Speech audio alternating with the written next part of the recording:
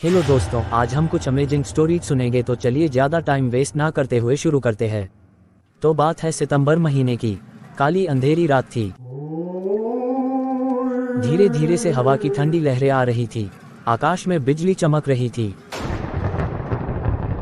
महेंद्र अपने घर से दूर अपने खेत में था। उसका खेत गांव के तालाब के पास था। बारिश के कारण पूरा तालाब भर गया था और अपने खेत में घास भी ज्यादा हो गई थी। उसके कारण अंधेरे में ये सब डरावना लग रहा था। उस तालाब के किनारे आम के 6-7 बड़े बड़े पेड़ थे। आम के पेड़ों की डालियों की आवाज भी काफी डरावनी लग रही थी। अचानक खेत में पशु पक्षियों की आवाजें आने लगी।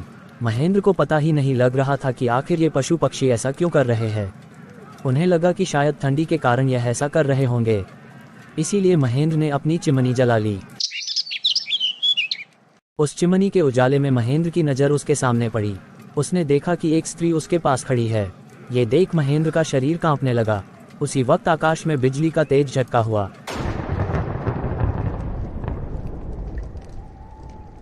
वैसे तो महेंद्र बहुत बहादुर था, लेकिन आज उसे भी थोड़ा डर लग रहा था। उसी वक्त महेंद्र ने आग में सूखी घास डाली और आग को ज्यादा बढ़ाया। इसकी वजह से वो औरत ठीक से दिखाई दे रही थी। महेंद्र ने बैठे बैठे ही आवाज लगाई, कौन है? पर सामने से कोई प्रतिक्रिया नहीं मिली। इसीलिए महेंद्र अचंभित रह गया। उसकी समझ में कुछ नहीं आया। वह खड़ा हो गया। इसीलिए महेंद्र ने सोचा कि अब डरने से कुछ नहीं होगा। मुझे हिम्मत से काम लेना पड़ेगा, क्योंकि जो डर गया समझो मर गया। कौन हो तुम? तुम्हें क्या लगता है कि मैं तुमसे डर गया हूँ? लेकिन सच तो यही था कि महेंद्र अंदर से पूरी तरह डर के मारे कांपने लगे थे। महेंद्र का ये गुस्से वाला रूप देखकर वो स्त्री बोली, क्या तुम मुझसे नहीं डरते? महेंद्र ने हिम्मत की और बोला, यहाँ से चली जाओ, वरना मैं मार मार के तुम्हारा सिर फोड़ दूंगा। इतना बोलते ही महेंद्र ने उस स्त्री को धक्का दिया और उसी वक्त उस स्त्री ने आवाज उठाई, अब तू मुझे मेरे ही घर से बाहर निकालेगा। यहाँ पर तो मेरा बचपन गुजरा है। यह मेरा ही घर है। मैं यहाँ सालों से रह रही हूँ। ये सुनकर महेंद्र का डर और गुस्सा दोनों ही शांत हो गए। उसे लग रहा था कि मेरे सामने जो औरत खड़ी है उसे मैं जानता हूँ। इसकी आवाज भी पहचानी सी लग रही है। महेंद्र सोचने लगा कि आखिर यह स्त्री है कौन। अगर मैं इस औरत को जानता हूँ तो आखिर यह इतनी भयानक और विकराल रूप में क्यों है। अचानक, अरे ये तो ज्योति है, मेरी बड़ी बहन।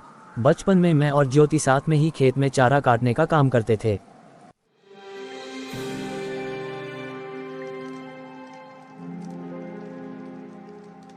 अब महेंद्र को पूरी बात समझ में आ गई। ये ज्योति के बचपन की बात है। जब ज्योति 14 साल की थी तब इसी खेत में गांव के कुछ बच्चों के साथ खेल रही थी। दूसरे बच्चों की तरह ज्योति भी पेड़ पर चढ़कर एक डाल से दूसरे डाल पर छलांग लगा रही थी। अचानक ज्योति जिस डाल पर बैठी थी वह डाल टूट गई और ज्योति मुंह के बल नीचे गिर गई। ये देखकर सारे बच्चे डर के मारे चिल्लाने लगे। बच्चों के चिल्लाने की आवाज सुनकर बड़े लोग वहां पहुंचे और ज्योति को उठा के हॉस्पिटल ले गए। महेंद्र को ये सारी बातें याद आ गई और वह सीधा ज्योति के पास जाके रोने लग गया।